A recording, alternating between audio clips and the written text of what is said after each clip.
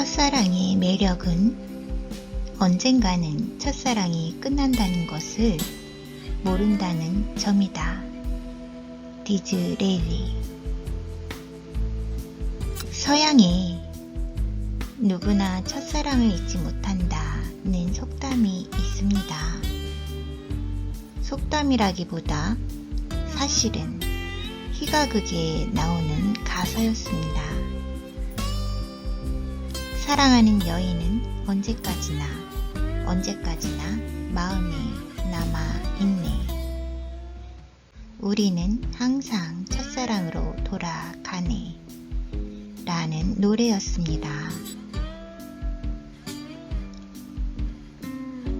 이 노래는 1814년에 상연된 에티엔의 희가극 조론드에 나온 것입니다만, 이 극은 여자를 찾아다니는 남자들이란 이름이 있기도 합니다.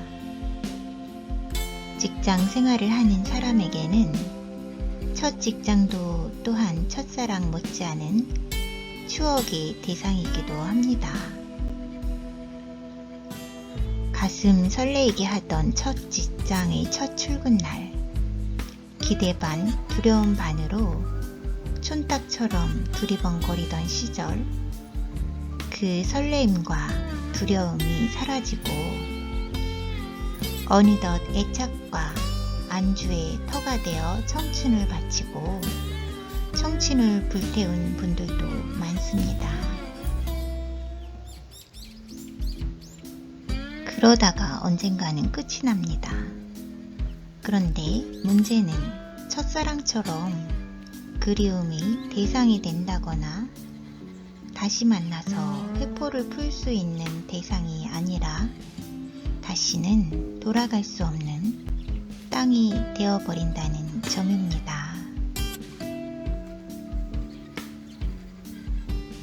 물론 어떤 기업에서는 퇴직 후의 생활에 각별한 배려를 하는 경우도 있습니다만, 대부분의 퇴직자들은 그 첫사랑의 배반감을 느끼곤 합니다.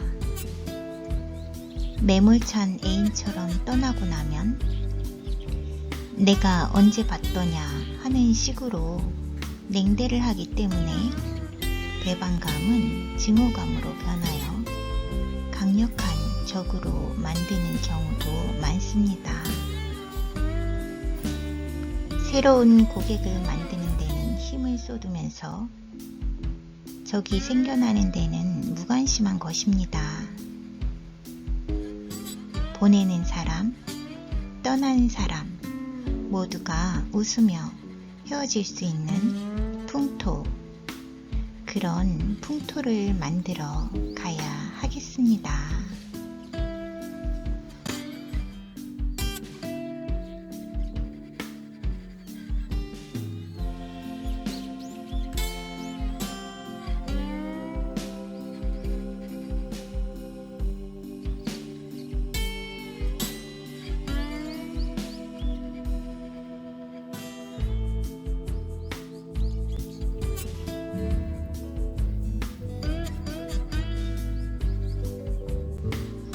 전화기가 급속도로 늘어나서 생활의 필수품이 되고부터는 연애편지란 말을 무슨 고어 비슷한 느낌으로 대하는 분도 계실 것입니다.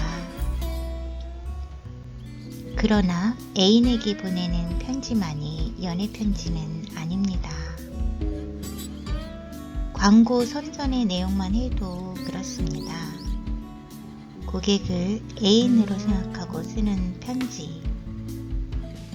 설사 짝사랑일지는 모르지만 내용만 진실하다면 그것도 훌륭한 연애 편지라고 할 것입니다.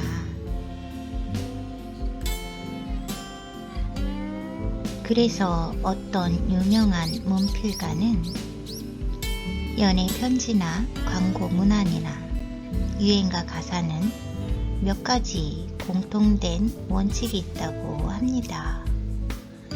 상대의 마음을 사로잡아야 한다는 공통의 목표가 있기 때문입니다. 자, 그럼 연애 편지 쓰는 법을 알아보기로 합시다. 1. 내용이 확실할 것. 할 말이 많아 욕심을 너무 내면 횡설수설이 되기 때문입니다. 2. 짧고 간결할 것. 아무리 좋은 내용이라도 길고 장황하면 설득력이 떨어지기 때문입니다. 3. 진실된 내용일 것.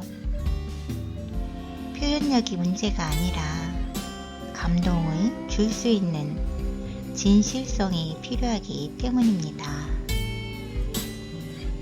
4. 다시 보고 싶을 것. 한 번 보고 버릴 정도가 아니라 반복해서 보거나 들어도 깊은 맛을 느낄 수 있어야 하기 때문입니다.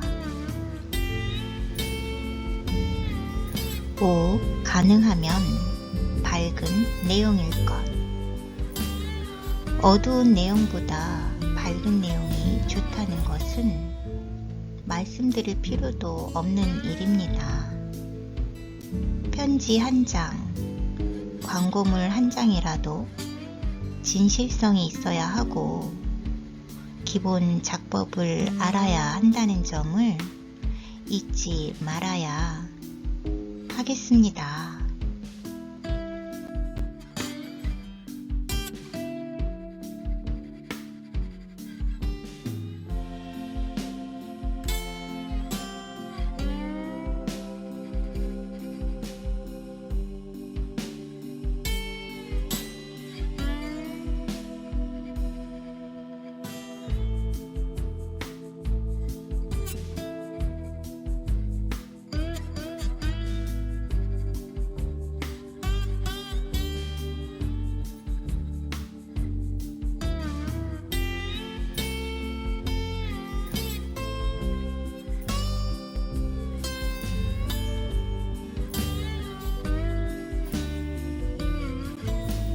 이혼율의 증가가 세계적인 추세가 되고 있는 가운데 미국이나 유럽에는 못 미치지만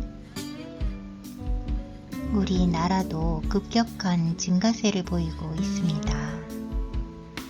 최근의 이혼 경향은 결혼 초기의 이혼에 못지않게 자녀가 장성한 후에 부부가 이혼하는 일이 많아졌다고 합니다.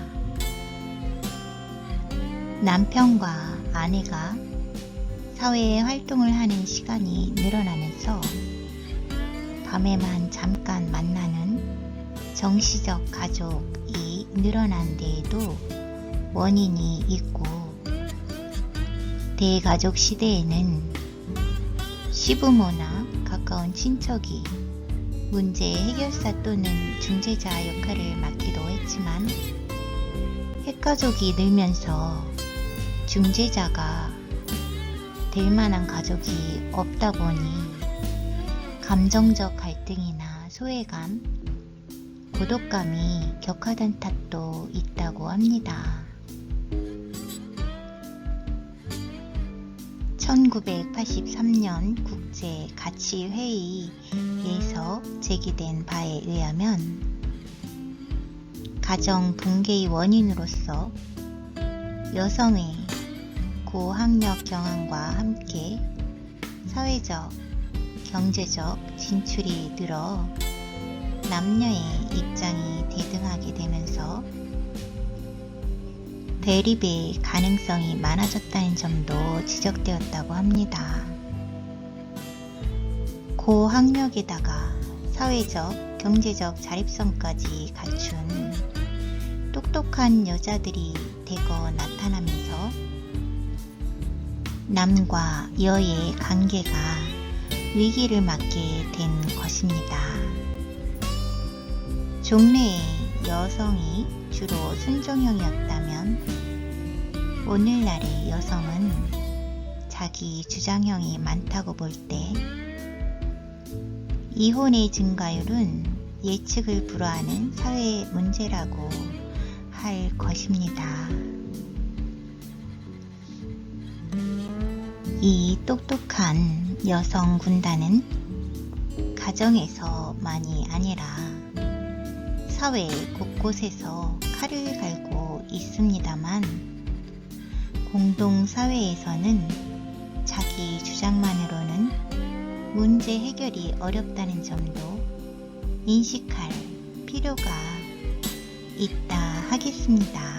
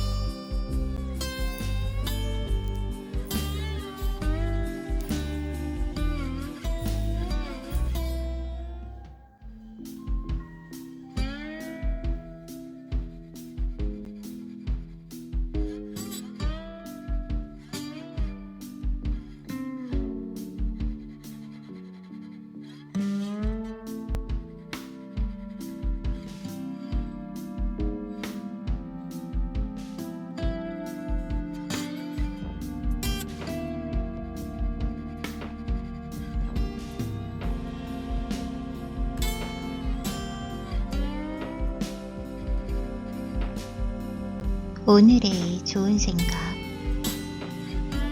길을 떠났던 나그네가 먼 여행을 마치고 돌아온다.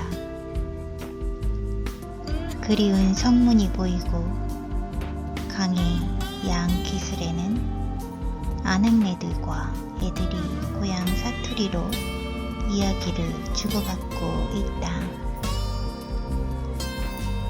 아, 이 또한 흐뭇한 일이 아닌가.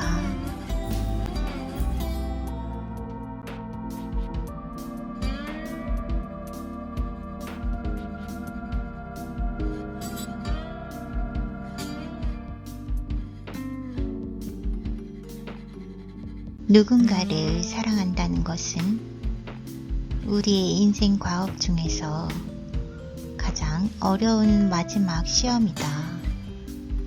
다른 모든 일은 그 준비 작업에 불과하다. 삶은 퍽이나 소중하고 아름다운 것이다. 가만히 앉아서 삶이 당신을 감싸도록 내버려 두어서는 안 된다. 거기에 뛰어들고 파고들어 가야 한다.